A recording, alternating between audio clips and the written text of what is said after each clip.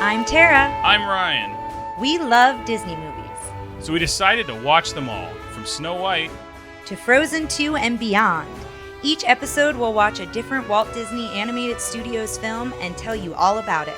Did we like it? Does it hold up? Who's our favorite hero? Or villain. We'll give you history and fun facts about each movie. And sometimes we'll invite our friends to watch along with us. So put on your tiara or your evil crown and join us on our adventure. This is Tara and Ryan's Princess Diaries. Hello, listeners. We have quite the treat for you. Well, we have quite the treat for us. This was so good. So I guess we should talk about what we did tonight. So this is the first live action that we've rewatched. And we are promising that this will go less than 45 minutes. I'm holding do my best, listeners. Tara to this. I said I wouldn't take any notes, and I took a lot of notes. We could also go way less than 45 minutes. 45 minutes is still a pretty long mini episode. I'm just saying. It's not happening. Okay. But we watched the 101 Dalmatians, which came out in 1996 with Glenn Close and Jeff Daniels. Jolie Richardson, Hugh Laurie, Mark Stevens, I believe is the other ones. The other is Horace. Yes. Oh no, Hugh Laurie, Mark Williams, and Joan Plowright as Nanny. Oh yes. I butchered all those, and I'm so sorry. And guys, I honestly will say, so this is an idea we've been having for a little bit about throwing in a few extra episodes, just watching some of the live actions here and there. And now there are so many live actions. But when we recorded the 101 Dalmatian episode, I started kind of having a few memories from this one and talking about how much I loved it as a kid. And I was like, well, surely it won't hold up as well. I thought the same thing. And I went, this is going to be kind of dumb. Because I remember I saw it in theaters. I was also probably about 15. I was so it's probably around that age to be like, okay. So it's probably around that age to be like, this is dumb. It was actually pretty enjoyable on a second viewing. I think it holds up. Like, I laughed. I got teary-eyed in spots. I really loved it. In spots. Oh, haha.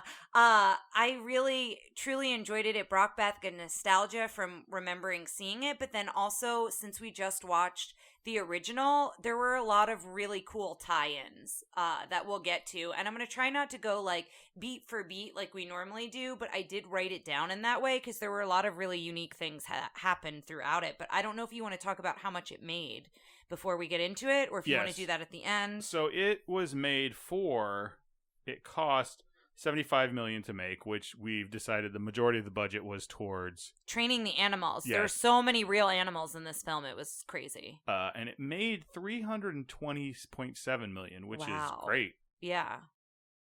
So a couple of things I didn't remember about this. So first off, it was directed by Stephen Herrick, who, let me pull up exactly what else he's directed. I know he has directed Bill and Ted's Excellent Adventure, Mr. Holland's Opus. Oh my goodness. The Three Musketeers, which we watched. And did not hold up for me. But I had some parts I really enjoyed. The live-action Three Musketeers. And the first Critters. Interesting. Do you know Critters? No, I've heard of it, but I don't really... monsters. It's like Gremlins, only they're from space. Well, and they then eat everything. And we noticed that it was produced by John Hughes, but he also wrote the script. Which, if you watch... If the two movies I suggest you perhaps watch before this are...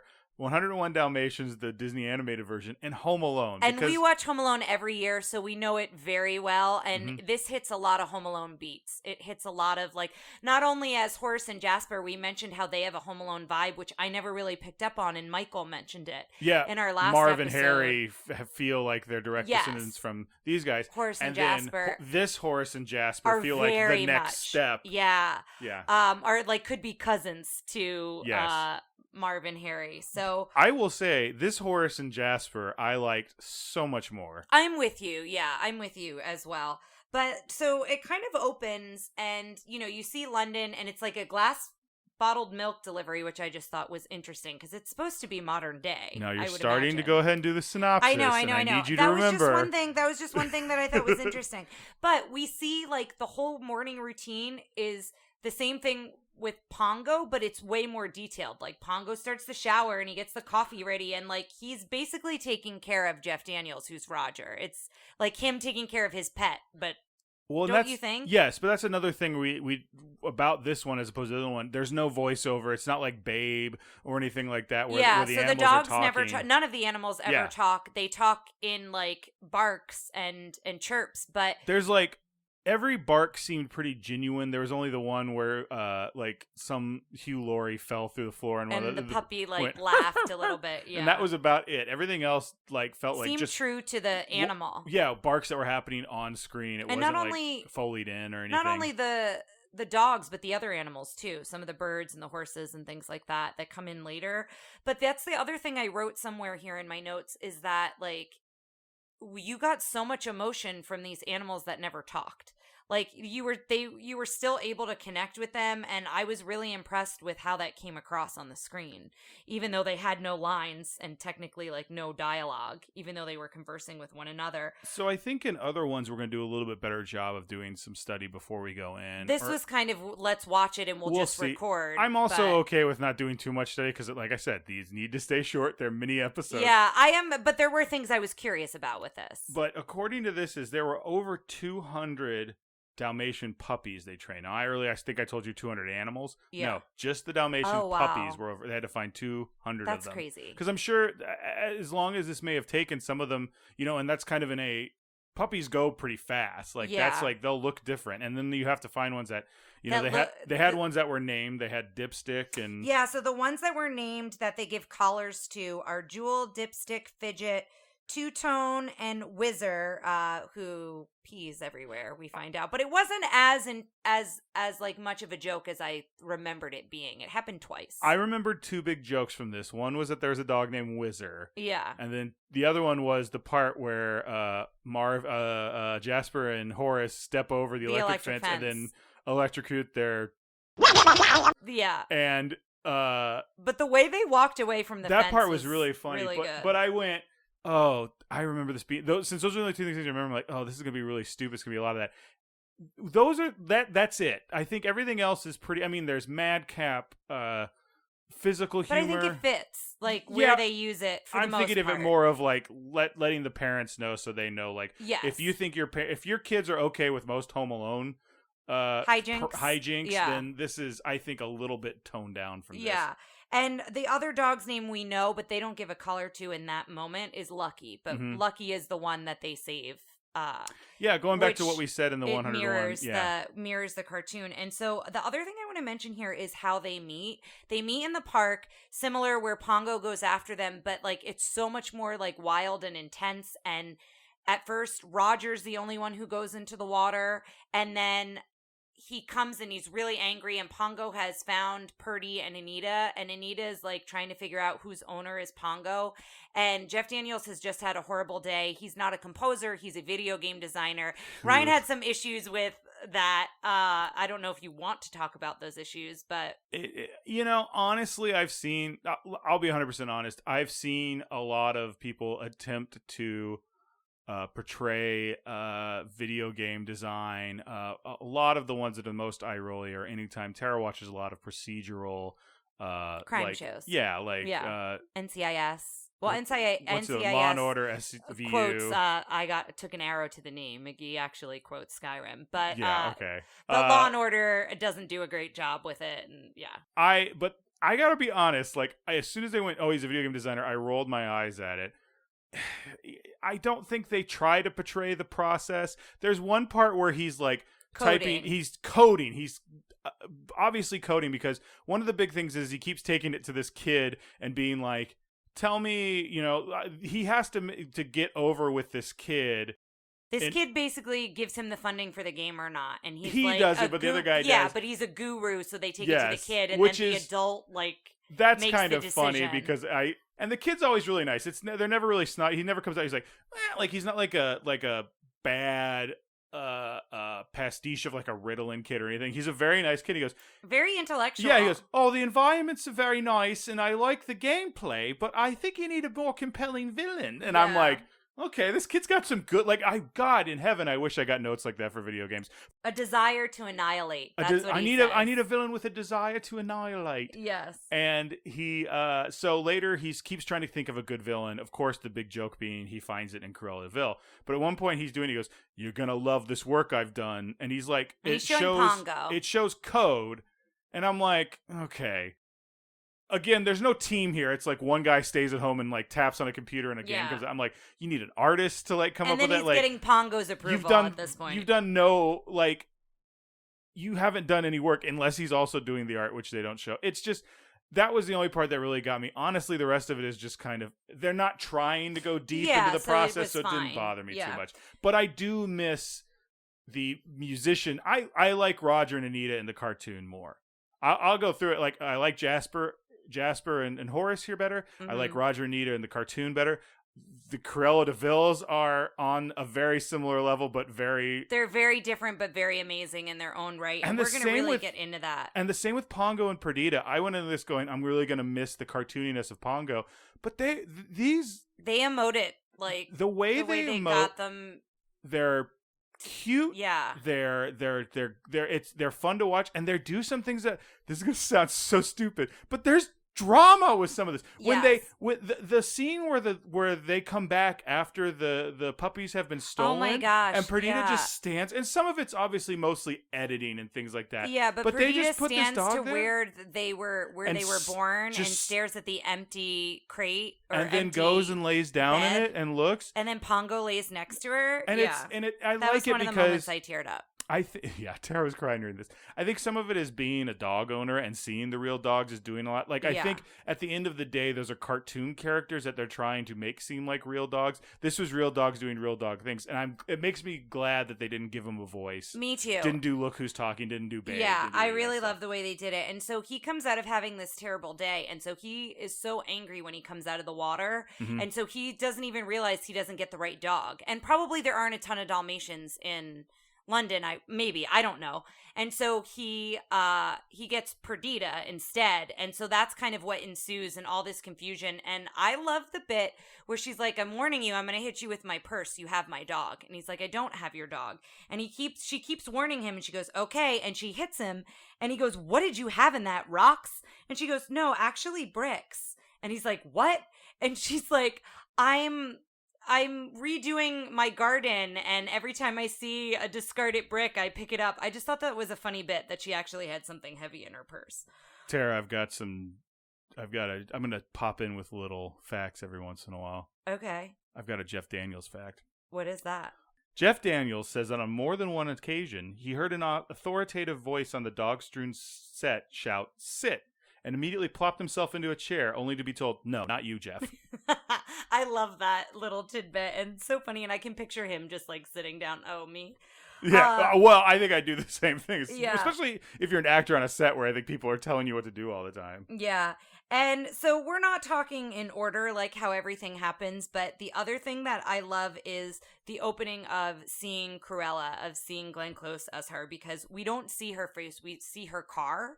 Well, first. She's also got this hat. Yes, with the fishnet, with the netting, but like you see the car and you see the back of her outfit, and it's House of De Vil. So she's high fashion. She's, like the head of her fashion company. The difference in this one is Anita works for her. Yes, Anita works for her and doesn't have like a college connection. And I think I said that in the animated version because I think I was remembering this version of Anita working for her.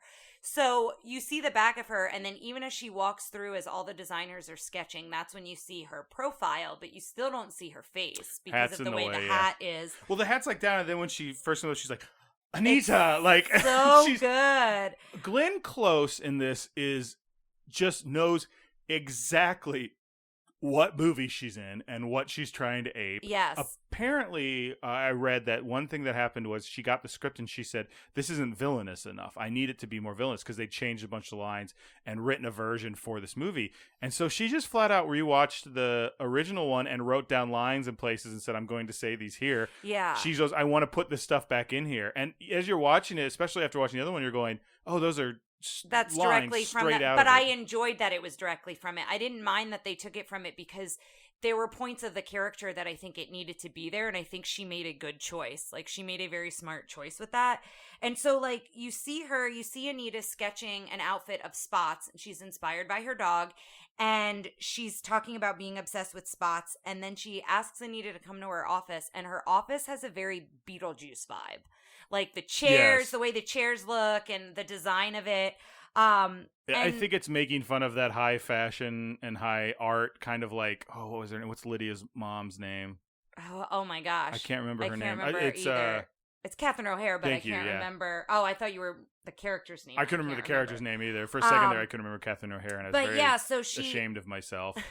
She basically just makes one change, and it's a cape, and it like looks even more stunning. Well, that was funny as she goes, let me just make one change, and I went, oh, that's a good change. Like, I thought it was going to be used for comedy. It was just like, I don't know if they meant to do this, but it made me go, oh, Cruella knows what she's doing. Yeah, and the other thing I love too is she goes, you know, Anita, if we make this coat, I'll be wearing your dog. And then she goes, woof, woof. Like, she's so insane from minute one. It's so good. And so I think we talked about this in the 101 Dalmatians, and I'll put this up with this one, but I told you about the interview she did where the kid was like, it was like, it's Cruella De Vil, and the kid was like, nuh-uh, and she goes, bah! And just started laughing and like terrified the kid. Real quick, we talked about this beforehand. What is your favorite Cruella De Vil outfit in this movie? Okay, so I wrote them down, so you could also decide, because I know which one I like. So favorite outfit is the opening one we described, which is kind of this long black and white cape of fur, and then that hat. She has the red and black fur at the end where she's in the barn. She has the black and white feathers where she's got that really hourglass silhouette when she's in her house. And then she's got the tiger stripes outfit when she comes in to see if the puppies have been born. Right. Which one is your favorite? So I don't know if mine's on there. There's one she has where she's wearing a hat that's covering up all her hair. Yes, the black and white hat. But the hat is matching her hair color. And I said that was a day where she's like, can I please not put on the wig today? Yeah, like, so that's your favorite? So I have a couple. I liked her first one. Is probably my favorite altogether outfit, the introduction, because I love the hat. I like that. I like the hat that covers her hair. And then I liked the snake necklace she has. Ooh, and that's with the feather outfit, I believe. Yes. Yeah, when she's in her home. It's worth watch for this necklace, guys, because it's hanging on her like a snake around her neck. And then her earring is like wrapped around her whole ear and then comes down. It's a really unique like design choice. The other thing we talked about is every single pair of gloves she has nails on them. Has nails that almost look like claws, I think. Right, but it's these big Lee press-on. But she's so always you never see her hands. Yes. She's always got gloves on. Which I think is an interesting choice. So I love all of the outfits, obviously. But I do think, well, here's the thing. I'm going to say what's great about all of them is the first one with the hat. I think it's such a great way to introduce her. The one with the tiger stripes, her figure looks really good. Like, she looks like dynamite when she comes into that house. And that's the other thing I wanted to mention too, is they do a throwback when it's a stormy night when the puppies are born, and Horace and Jasper, she sends them. Basically, what we find out is she actually stole a Siberian tiger and she sent it to this guy, Skinner. And he does all the hard work, and then Horace and Jasper go to pick it up to deliver it to her. So we find out that this is how she's making her coats. This is how she's stealing other animals. You don't think Horace and Jasper stole the tiger? They probably did steal the tiger. Yeah, I guess that's true. They do the grunt work, but he does to me, the gross part of the job. Oh, I thought you were about to declare your appreciation for taxidermy. Oh, no. So we find all that out before this, and so we kind of find out that that's kind of the henchman, and she sends them to find out when the puppies are going to be born, because there's a scene when she comes into Anita, and she finds out they've been married, and she comes into their house, and Roger from moment one is pretty stern with her. Yeah. It's pretty much like he doesn't disappear like in the cartoon. First of all, there's not that connection of I guess there's a connection that she's her boss, but there's not that connection of a friendship or anything. Yeah. And there's also she from moment one is like a video game designer, which I was like, give me a break. In all this splendor, and looks around the apartment. Which is how Tara's parents said when they met me, like, a video game? That doesn't make no, sense not at all. So she comes in, she meets them, and she finds out that they're married, and she, is just talking about how she misses her at work because I guess she's working more from home now. She's not in the office all the time. And then there was a scene earlier where we find out that not only is Perdita having puppies, but Anita's having puppies. And there's this bit where the doctor's office and the vet are next to each other, and you've got Roger and Pongo waiting out on the street. So first they show that the doctor's office is next to the vet, and I go, oh god. And then they zoom out real quick, and they're both standing there, and it's still silly, but I was like, this is funny. It was funny. I liked it, but yeah. So they basically tell her, "Oh, we're expecting puppies and a baby." Well, Tara, I think we've missed a good portion. A thing we've missed talking about in this movie is Nanny. Okay, so here's the thing, listeners. I'm really worried about time because Ryan is giving me this time limit, so I'm not following my notes. So everything's out of order, and it's kind of jumbling me a little bit because it's not how I'm used to doing things. I'm not trying to blame you. Now we're doing it my way.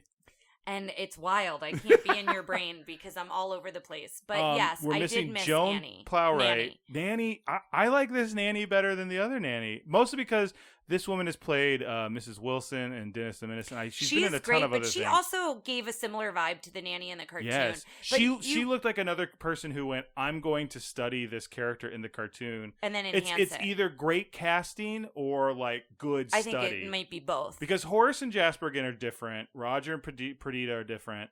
They have similarities, the but dogs are dogs. Yeah. And but Nanny, too, we find out that like she did take care of Anita when she was younger because she's helping them set up the house as now that they're married.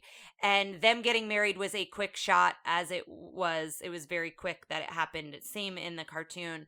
And Nanny, we find out when Roger and Anita find out they're pregnant, Nanny is talking about how Perdita is looking like, you know, all the traits that start happening when you start carrying puppies or carrying a baby. And then Anita starts mimicking some of the things. And then she goes, Anita, you're going to have a puppy. And then Anita faints. Yes. And there's a lot of broad comedy. There's a couple points of broad comedy that I laughed. And then it cuts really to the doctor scene. But now, we're going back to kind of where I was to start. I'm kind of like in a weird circle here. But Roger has met Cruella, and she comes in and she finds out they're having puppies. And I think when she finds out they're having a baby, she's like, oh, how dreadful. Like she can't, like she's so turned off, and she's like, I'm so sorry. Basically like saying, I'm so sorry for your loss, essentially. And you said that you like appreciated in the cartoon that there wasn't like this was a family without babies. I did appreciate that Anita and Roger in the cartoon didn't have kids, and maybe that's because I can relate to that because we don't have kids and we have dogs and we love our dog. I gotta be honest, the addition of them being pregnant did nothing for this movie. No, I think maybe it was just that's why she's not working for her anymore, but it seemed like she had kind of cut back her work anyway. Yeah. There's just so many good like one lines and things that I want to say. Like when she looks in the mirror and says mirror, mirror on the wall about the tiger. And then makes the dead tiger head mouth the rest. So I'm just looking through my notes to make sure we get those things. Well, while you're looking through that, can I give you a quick... Well, I still didn't ever get to my first point. I'm so sorry. So I was basically saying that she had met them before. Where like Roger had met them. Roger was stern. And Roger said like, no, the puppies are not for sale. Because when she finds out they're having puppies, but they didn't have them yet, she wants them. And she offers them like $7,500. No, she doesn't offer the money till she comes back, but they don't have spots. That's right. Would you like to know how much 7,500 pounds was in 1996 dollars? Yes. $12,862.50. Oh, wow. So, yeah. So she basically, the other thing she does is she's snooping through their mail. Like they're coming back from the doctor's office, remember? Right. And she's in the house. Yes. And so that all happens. And then we see her in the feather boa, the snake necklace. And she's talking to Horace and Jasper about how she wants them to get the puppies. And so they snoop for her. So they are like looking through the window to see when the puppies are being born. And there's that exact scene that we talked about when Jasper looks through the car side mirror. When he's going to steal them later, and they're going out for the walk, they have the same shot of him holding the... Yeah, well, that's all the same night. The night the puppies are born... No, it's a little bit later. It is a little bit later. I'm sorry. See, I'm so jumbled. I can't jump around. I don't mean to be rude, but this is an interesting examination on, like... Because I pushed back on how, like, structured the podcast was at first, and now I'm seeing like this is a little bit of a marriage realization for us. Like, yeah, I'm very frazzled right okay. now, listeners. So I'm trying really hard. But the point I've been trying to make this whole time that you've made time out. You've made like 6 points in between there, and I'm like, oh, this must be the point. You're like, no, that wasn't the point I was making. Because I had to describe up to this point. Because what's your point?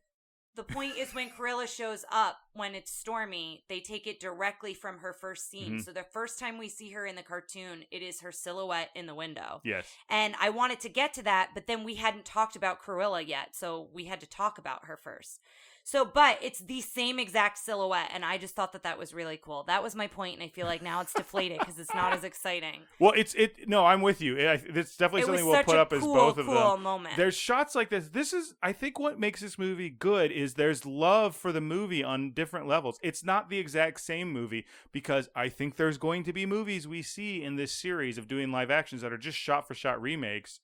But I think having an appreciation for the first one, but wanting to do something slightly different with it, is interesting. Can I give you a Cruella De Vil fact? Yes, please do.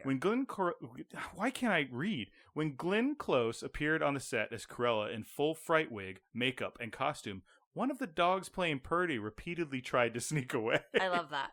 And so basically that's when Roger Stern says they're not for sale. That's when the money comes up in the check. And when she realizes that she's not going to get them, then she goes wild. She rips the check up and she has the crazy laughter. And it's very reminiscent of how it happens in the cartoon. And, I also love that when we see the puppies later, when they're bigger, they're watching Aristocats at first. They're watching Aristocats, and then they change it to Homeward Bound. Yeah, and then that's when they give them the collars. Yes. So all of that happens. And then we've got the shot in the rear view. So that's when that happens, and they watch them on their walk. And then I love the bit when Horace and Jasper, they're getting ready to go in to steal the puppies, and they put on pantyhose. And Jasper has pantyhose, and he puts his on, and then Horace just takes the other leg of the pantyhose, and they're, like, stuck together. And he's like, get your own. And then they go in, and Nanny is such a sweet character. And she, for minute one, is like, absolutely not. And they wind up locking her in a closet under the stairs. Still locking her away, but it happens differently in the live action. It's also quicker. They just grab her and she's like fighting back, and they put her in there, they lock her away. Whereas in the other one, it felt like they were toying with her, and I don't know. And he does make a point to say, I like a feisty woman or something like that. You know what it reminded me of? Do you remember in Jurassic World where that one woman got eaten and it just kept going and going and going? That's what the cartoon felt to me. I'm like, okay, we've established that you're going to capture this woman. Just capture her and let's not linger on this scene. Yeah, they basically just throw them all in a sack and put them over their shoulder and take them away. And we talked about when Purdy and Pongo come back and how sad they look. And the other thing we should mention is we get to see all the different personality dogs throughout this. Like we see the general with the bulldog, and we see some other types of dogs in the park, and then the Twilight bark comes into play, and it happens differently, but I love this whole montage of all the different dogs barking. Yeah, it's similar but very different at the same time. There's definitely dogs you recognize from it, and then they add a few. I will say later they come up on Mr. Tibbs isn't really, well, there's a cat in it, but since you can't train a cat, they kind of give all the running through the house and rescuing the dog to another dog. Yeah, there's the colonel, there's the captain, the horse, there is a cat, and then the Mr. Tibbs, I keep calling that dog Mr. Tibbs, is really great in the movie. And then there's other animals that kind of join in, some squirrels and some raccoons. Yeah. I want to back up for 1 second. There's a part where they're putting the puppies away, and the bulldog starts barking at them, and that's in a throwback to the original movie. Horace goes, I think that dog knows what we're doing. And Jasper's like, don't be an idiot. And it's like one of those things where Horace knows what's going on. Yeah, and Jasper that's throughout this it. movie, too. Horace keeps making those comments. And the other thing I wanted to mention here is so there's two funny bits with Skinner with the taxidermist. The first is when Horace and Jasper first meet up with him. Jasper's like, okay, there are two things that you can't do. Do not ask him about his scar, because apparently a dog mauled him and his whole neck is scarred. And do not stare at it, right? That's the other thing. And literally they open the door and Horace is like, oh my God, look at his scar. And he has to close the door. The other bit with Skinner is Cruella calls Skinner up and says, we get to the point where police, police have been notified Yes. about the stolen puppies. The police, the London police. Yes. Your dogs are fine. We must find Miss Cruella. Like, it's the Yes. most, like, Monty Python making fun of some upper class I think he's Englishman. got a big gap between his teeth Ugh. too. But when she Yes. calls Skinner, she uses the exact lines from the animated version. When so this the other bit with Skinner is, since he's mute, he uses Morse code. He so taps was something out on the tapping phone. on the phone, and she goes, "I don't care how you do it. You can bash them over the head, use chloroform, drown them, whatever you want." And that's directly out of the animated. And so there's just so many scenes about. I feel like I could just do a 45-minute episode on Glenn Close's performance. Like, it was so good. Guys, I want to cover lots of bits about this movie because we haven't gotten to the barn, and there's a lot of like things with the animals and the ending Home Alone Yeah, sequences. but it's just so good. And so when the dogs are coming out of the house, basically Mr. Tibbs, the dog, This is where in. kind of the Home Alone sequences Yeah, start. we're starting to see all the animals, like squirrels are eating the wires in the truck to make that malfunction, and a raccoon puts one of them in the tail, like a nut in the tailpipe, and then the woodpecker starts knocking on the door, and then Horace and Jasper like come to see what's going on, and there's nobody there. So there are all these things happening. Tibbs finds the puppies and is like leading them through the house, and then they go down that storm drain, which was a funny bit, like shooting them down to the kernel so they can get them all out of the house because they're up on the roof. Is how they end up there. But the whole bit, I love, they're in this rundown house. It's like Cruella's family's property. You see it says De Vil at one point, and then you hear it later on that she had to tend to a family emergency or whatever. This one with less objectionable language than the cartoon one, because they don't call it H-E double hockey stick that's all. right, It's just the old De Vil place. Yes.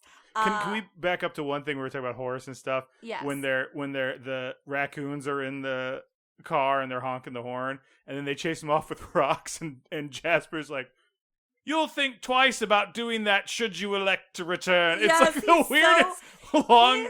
He's a gentleman He's trying crook. to be proper, but he's not. He's got that Captain Hook energy. Yes, of like he does. trying to and be it's really a gentleman. Funny. It's really funny because every time he talks to Cruella, it's Madame De Vil. Hello, Madam. Or Miss De Vil. Like, he's very proper with everything he kind of does with her too.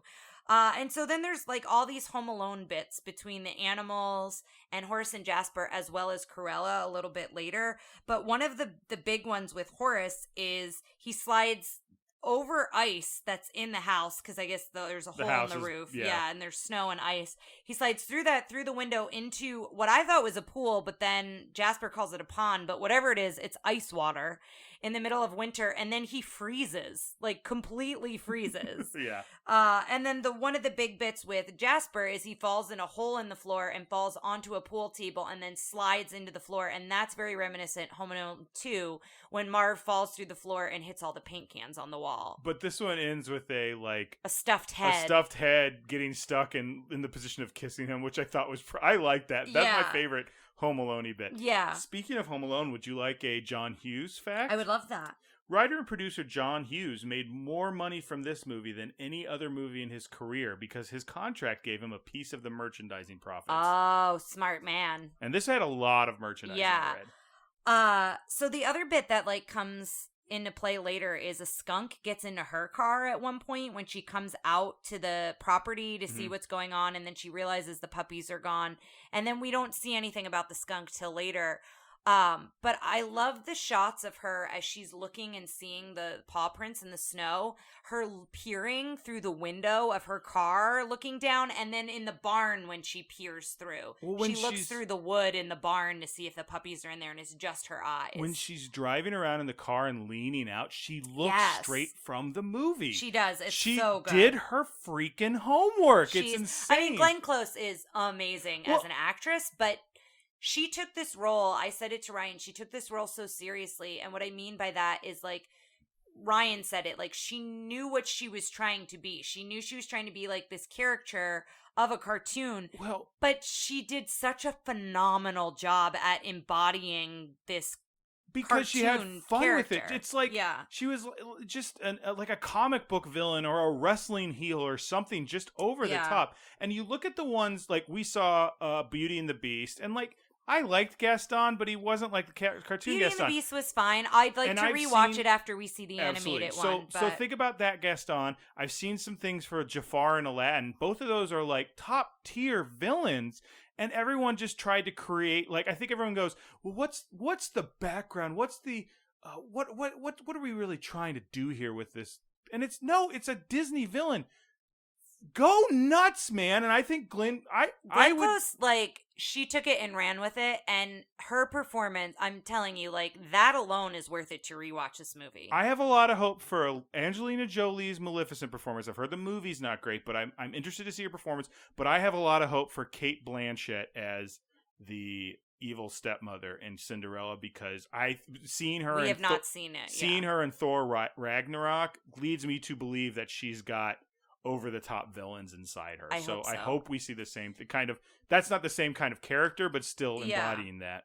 And so... real quick, we have 10 minutes. Ugh. So the whole barn scene, there's basically shots back and forth. So you're seeing what's happening with Horace and Jasper. You know, they can't get their car to start because the squirrels chewed through all the wires. You're trying to see them, like, getting to the puppies, and then you're trying to see Cruella get to the puppies. And what we both liked is it's Cruella who gets to the puppies, and she's the one who gets beat up by all the animals, whereas in the cartoon version, it's Horace and Jasper who kind of get the brunt of everything. Well, she does stuff like she gets a pig that falls on her. Yeah, she pulls a pig's tail thinking it's a puppy's tail, and it's up like in this loft of the barn, and it all falls on her. At one point, one of the like crazy things that made her look like a Batman villain is she's up. She falls in a vat of molasses. And so her fur's covered, and it's so heavy. And we were like, I wonder if that's a stunt woman. And it's like, no. Some of it might. Some of that might be, but like the majority of her covered in it is her, because then she's acting and talking like all in this like at the end she falls in pig. Manure. Doo-doo. Okay, thank you. I couldn't think of the word manure. Manure. And then she gets just straw covered on her, and she's having like a monologue against the animals, like, you all may have won the battle, but I'm going to win the war, and you're going the wardrobe. Yes, that's right, the wardrobe. And then the horse just kicks her out of the barn. Oh no, he kicks a plank, and the plank catapults her. Yeah. Yes. So then around that time, the cops show up, and they're like, Mr. Vil, we have a warrant for arrest. And she's like trying to look demure. And she's like, oh, me? Yes. She's like, oh, whatever is it for? Or whatever is it about? Or whatever. And then another bit that I love is they cut to all of them in the cop car. So that's the other thing. So Horace and Jasper are like desperate. They're freezing. They're cold. They've been electrocuted. And they see all the cops coming. And instead of them being worried and running away, they're like, oh my goodness, we're saved. I think he goes, thank God. We're saved. And they go in and they sit down in the car and they're like, oh, lovely. Oh, it's so warm in here. And then Skinner, they turn and they see Skinner's with them. Because Skinner had gone to the house. To the DeVille place and found Lucky, and Mr. Tibbs attacked him, and then I guess the cops got him. The cops, went to the house first. So then when Cruella gets in there, then she starts going in about how they're morons and like you've won the gold, silver, and bronze for the moron Olympics, and then there's a long pause, and Horace goes, "Who won the gold?"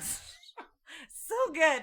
And then she's looking through her purse to try to get a cigarette, and everything's still covered in molasses. And this is where the skunk comes back into the play. Her purse was a skunk fur, and then it was the real skunk, and the skunk sprays them all. And that's the last we see of them. And then it cuts to the puppies, and they fill all the cop cars with puppies, and they bring them back to Anita and Roger. And all the neighbors are like looking out the windows, seeing all the commotion of what's happening. Yes. And they see the puppies, and they tell them, they're like, well, no one else has claimed the rest of these puppies.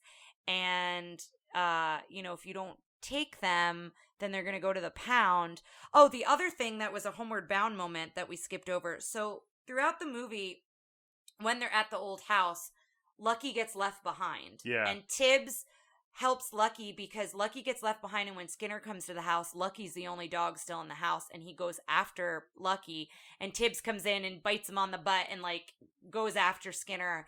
And then right before they all get in the cars to go back to London to Anita and Roger, Pongo keeps barking, and it's because he doesn't have Lucky yet. And then all of a sudden you see Lucky running with the Mr. Tibbs dog, and I teared up there. I was about too. to say, did you cry at that part as well? Yeah, so that was the other part. But then as they're seeing all the puppies come out of the cars, they're like, well, Anita doesn't want to take them. But you see Nanny's face. Nanny is all about taking all of those dogs. Yeah. Roger's all about taking all of those dogs.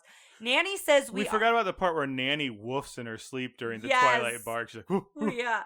So she might be more partial to dogs than them. Nanny's great. And Nanny says, we already have 17. What's a few more? I would argue that 101 more is way more 84. Than a few. But yeah, we didn't like really dive into Nanny's character, but she's delightful. Yes. She's so good.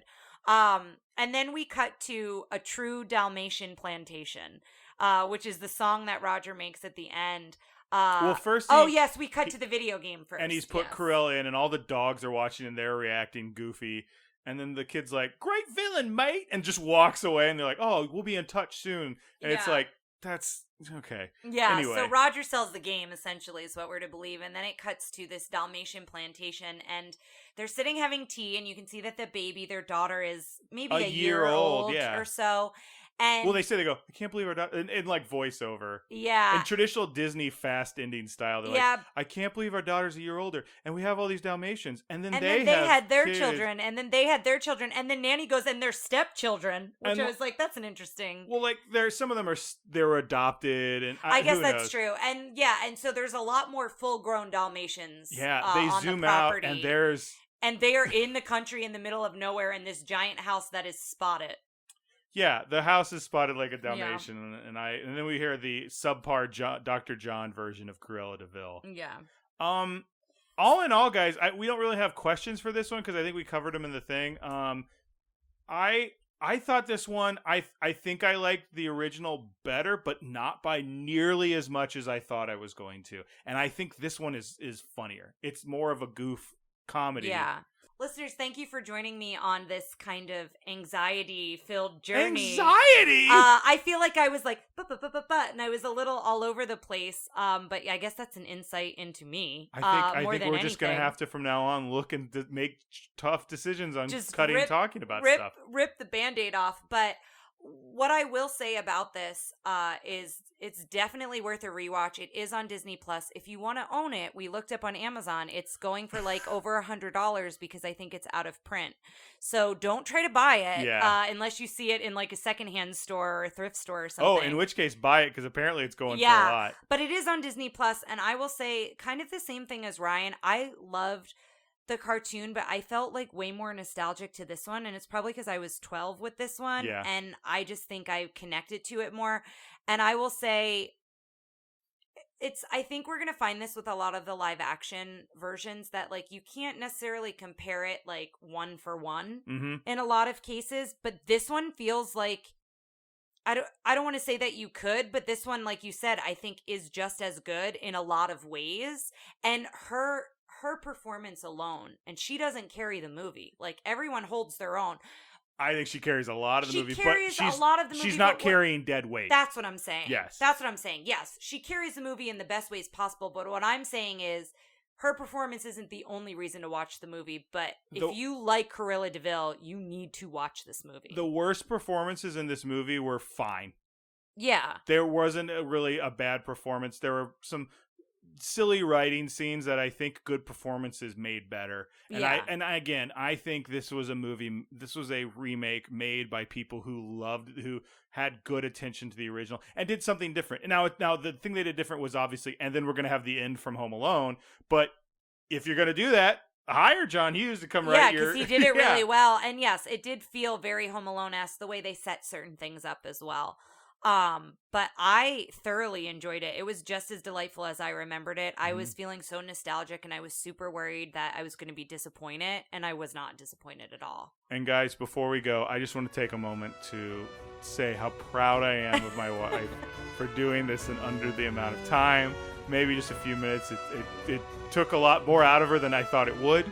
Guys, I thank you for joining me on this journey. I'll try to do better in the future live action episodes, but as you can see, I like structure and I like following beats of a movie, so I kind of get turned around and confused if I don't have my notes to follow. But yeah, thanks for joining us on this, guys. And seriously, if it's a movie that has a live action version that we have already watched the cartoon version, tell us which one you want to hear next.